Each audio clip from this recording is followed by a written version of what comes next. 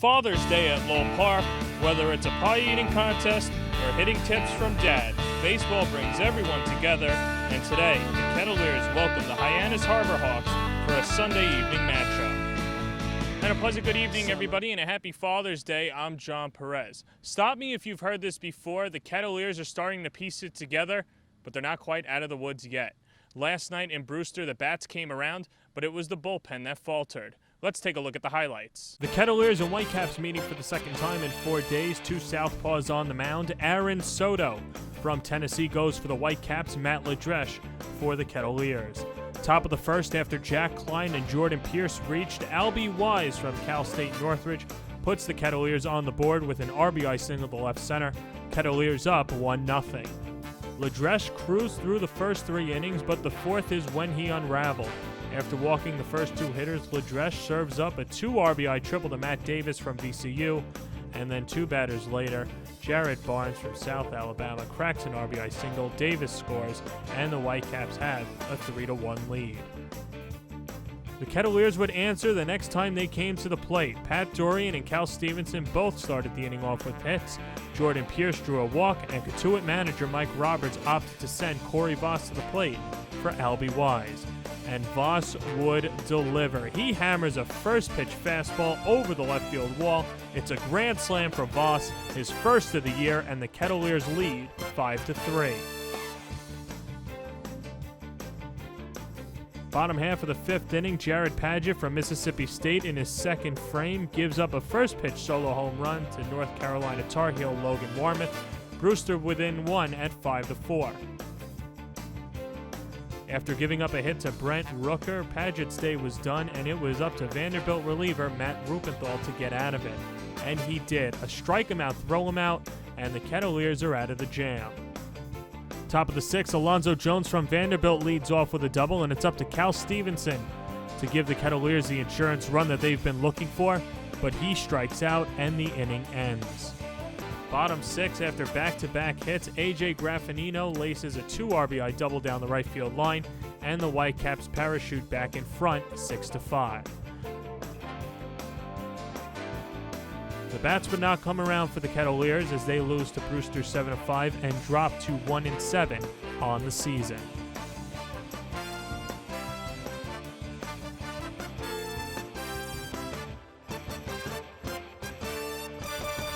Did I ever dream? I've never had a team get off to this bad a start ever, and I don't think in 44 years of coaching.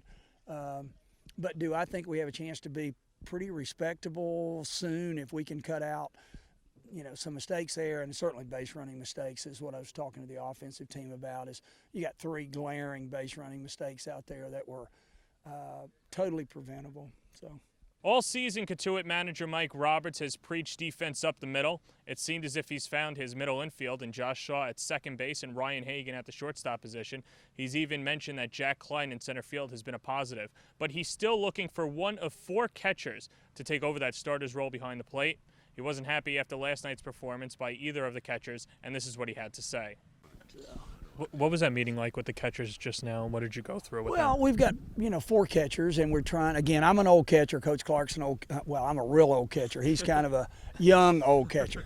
And, we're trying, again, we don't call pitches, and we're trying to, most catchers that come here have had every pitch called for them in school.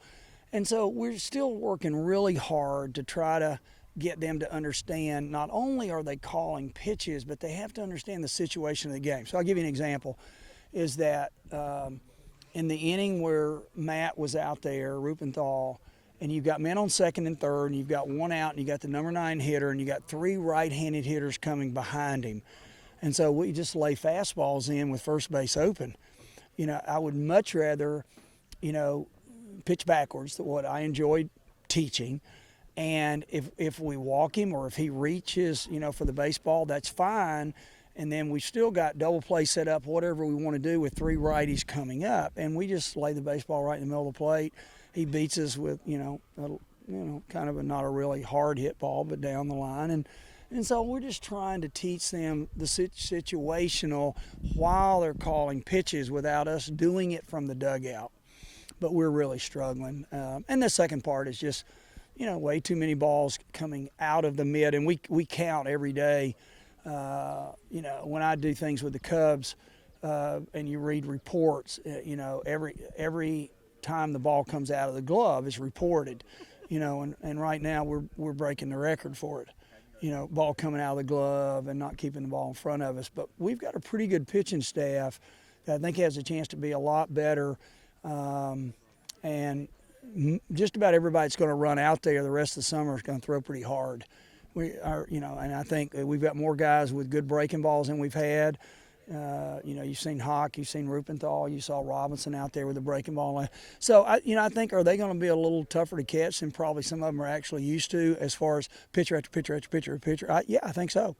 He pointed out how good our pitching staff is, and, they're incredible, obviously. Some of the best that he's had is what he said. And so it's our job behind the plate to obviously call good pitches and allow them to do what they do best. He used David Ross as a good example from the Cubs. He says a good pitcher, is right along with his good catcher, and the success that the pitcher has comes a lot from the catcher as well. And David Ross is a good example of that. So just being good behind the plate, cleaning everything up, allowing those guys to do what they do best. Is this the first time in your career that you've been calling pitches alone? I did all through my high school career. Once you get into college, your coaches want to eliminate the middleman and kind of do it their way. But I think Coach Roberts wants us to grow up a little bit and understand how that side of the game works as well. And I'm incredibly excited that he's allowing us to call pitches because I think it makes us better baseball players. And how tough is it in this league to be calling pitches and with all these hitters? I think you're seeing every university's 3-4 hitters, all their best guys. So you got to be locked in every pitch. It's not where you can go to school and he's an 8-hole hitter or the 9-hole hitter tonight for their team got a 2-run hit. So it's all about being locked in every pitch and I think it makes us better baseball players having to be locked in. Curry College offers 14 NCAA Division III athletic teams in sports such as football, baseball, softball, basketball, hockey, soccer, lacrosse, tennis, cross country, and volleyball. Read about the success of the Curry Colonels and their championship teams. It's all online at curry.edu. The Kettleers and Cotuit Athletic Association welcome Spencer Hollett Plumbing and Heating and the Cooperative Bank of Cape Cod as members of the exclusive Kettleers Club in 2016. Visit Stars Restaurant at Chatham Bars Inn Resort and Spa for a world-class dining experience, a proud member of leading hotels of the world.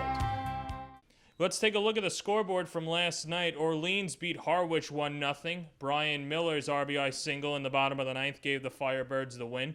Cotuit travels to Orleans tomorrow. Hyannis picked up its first win of the season last night against Wareham. Zach Rutherford from Old Dominion went 2 for 4 with 2 RBIs. Cody Henry from Alabama had a double and 2 ribeye steaks as well. Chatham back at 500 with a 5-2 win over Falmouth on the road. Chase Pinder from Clemson went 3 for 4 with a run batted in. Tanner Chalk picked up the win for hurling 5 innings of 2-run ball. UCLA's Moises Queja notched his first save of the season with a scoreless ninth. So with that said, what does it do for the standings? Harwich still the top team in the West at 6-2, but a big win for Orleans last night pushes them within a game of the first place Mariners. Brewster and Chatham at 500 are tied for third, and YD playing better of late, only 2 games under 500. In the West, Bourne is the cream of the crop by a game. Falmouth and Wareham in a 2-way tie for second, with Cotuit and Hyannis struggling at the bottom. I'm now joined by Kettleers broadcaster Jason Dorow. Jason is on the call tonight with Aiden Doyle. And Jason, you've been relatively closer to the gate broadcasting all of these road games. They got 4 catchers on the roster. Are you noticing anything right behind the plate, literally where you are, and behind the dish itself? Well, there's plenty of depth, like you mentioned, with 4 guys that you can throw in at the catcher position. There's just been some inconsistency. I think the only man who's been a real backstop behind home plate, really stopping everything in the dirt, has been Tim Susnara. Hagan Owenby showing off a great arm, but then Albie Weiss hasn't been back there a whole lot. Corey Voss showed out he can throw guys out at third base. He did so twice last night. I think it's a matter of just keeping the ball in front. Mike Roberts said they're really working on calling a game, actually. It's the first time that most of them are doing it since high school. So doing that and getting in a rhythm with their pitchers is probably the biggest thing that they have to find right now. Now, obviously that's the biggest storyline, and we could talk about catching until the cows come home. But let's think about it like this. The bullpen has been used a lot so far. Starters really haven't gone that deep. The bullpen gives up 4 runs yesterday. What have you made of them? And, is it really the catcher's fault? Because a lot of their pitches seem to be up in the zone as well. I wouldn't blame the lack of longevity of the starters on the catchers. I think that's more just this is summer ball. We're in the first week of the season, and you don't want to wear these guys out when it's still mid-early June.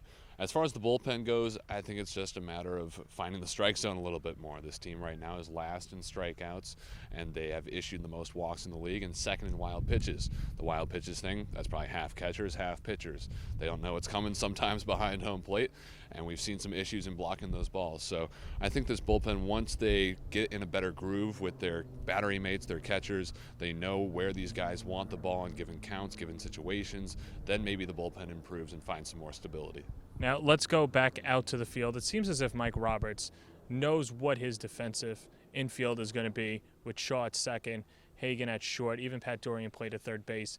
He's had Alonzo Jones DH the last couple of days. He's a natural shortstop, and I guess it's a good dilemma to have, especially with the depth that they have in the middle infield, Clay Fisher coming as well. But what do you make of Alonzo Jones, and where do you see him fitting in the defensive infield? Well, I thought it was funny yesterday after the game. You or one of the guys asked Coach Roberts, is Alonzo Jones going to be in the infield at any point? Is he going to play shortstop? He's been at DH twice. He's like, oh, yeah, he'll be in the field. So I think give it some time, and eventually he'll figure out what he wants to do. Ryan Hagan has been great at short, most putouts on the team. Josh Shaw, second right behind him. It's not even close.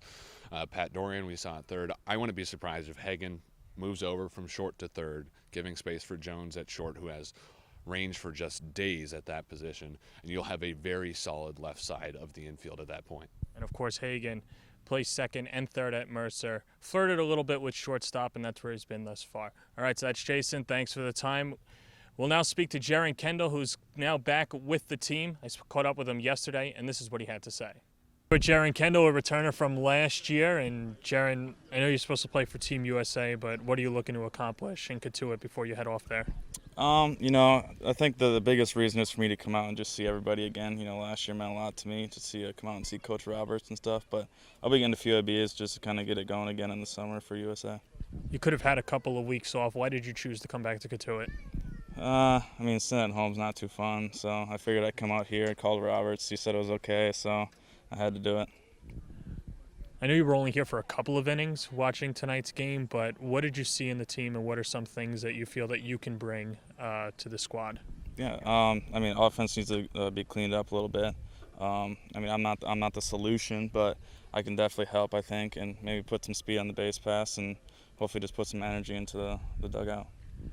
I had an opportunity to speak to Tim, too, another returner. What is it about Coach Roberts that you guys like playing for him specifically? He takes this thing seriously. He looks forward to this every year, and this is what he does. And he's a good guy and he's a good coach. So both of those put together makes up a pretty good team. All right, Jeren, thanks for the time. Appreciate it. It's Jeren Kendall. We'll see more of him in the weeks upcoming. We'll be back right after this.